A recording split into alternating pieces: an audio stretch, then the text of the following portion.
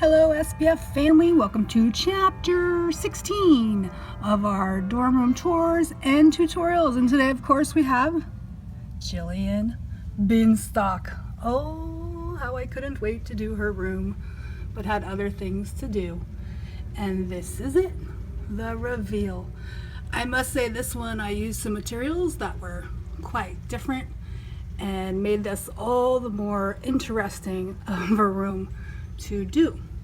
My inspiration was this little bean my mom gave to me, and I wanted to go with beanstalk. Obviously there's lots of circles, lots of round to represent all that is her with her bag of beans. As well, I wanted a natural earthy look and showing her extreme sports, no fear, by putting things you wouldn't think together, because she's not afraid to try new things. At the same time, her roommate, Miss Nina, has a very similar palette and thing going on, and I wanted to separate the flower garden from the earthen look. I guess that's where I was going with that.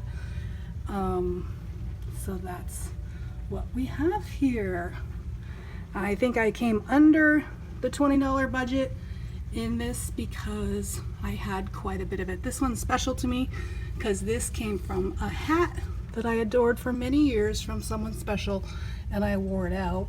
So it didn't last, but I got to keep the little wraparound, you know, those moldable hats. I totally misshaped it, but I kept that and now have that up there as a wonderful memory. Quick shout out to Bubblegum Girl. Thank you very much for being part of the SPF family. And most interesting, I think, is, let's get her out of here, her little beanbag papasan chair, which has, yes, lentils. And it's obviously formable. I wanted the beans to show through for obvious reasons. That makes for a fun chair. Even her little things are round. I love that. Beans, as you can see how it was done on the tutorial at the end and how I got the beans in there. And her bed, although quite plain in style, I think it makes a good statement. And that slides out. We of course have her beanstalk wall art, or whatever you want to call it, but that seemed imperative to be in there.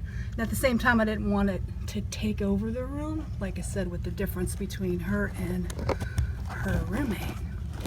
Even the floor was picked completely for circles, and just lots of green. She likes green, she likes mahogany, but I didn't want to put too much mahogany to take away from her, and I didn't want the same shade of green as her as well. So as always in my creative thoughts is to make the doll pop out. Hope you've enjoyed this tour. I think she could probably have a roommate, a visitor, since we only got one of her. I really like this room. She's a little bit more on her shelf. I'll come up with something. I'd love to see a harp. And as always, thank you all for watching. Hope you enjoyed this tour. And it's really nice to get back to some dorm rooms.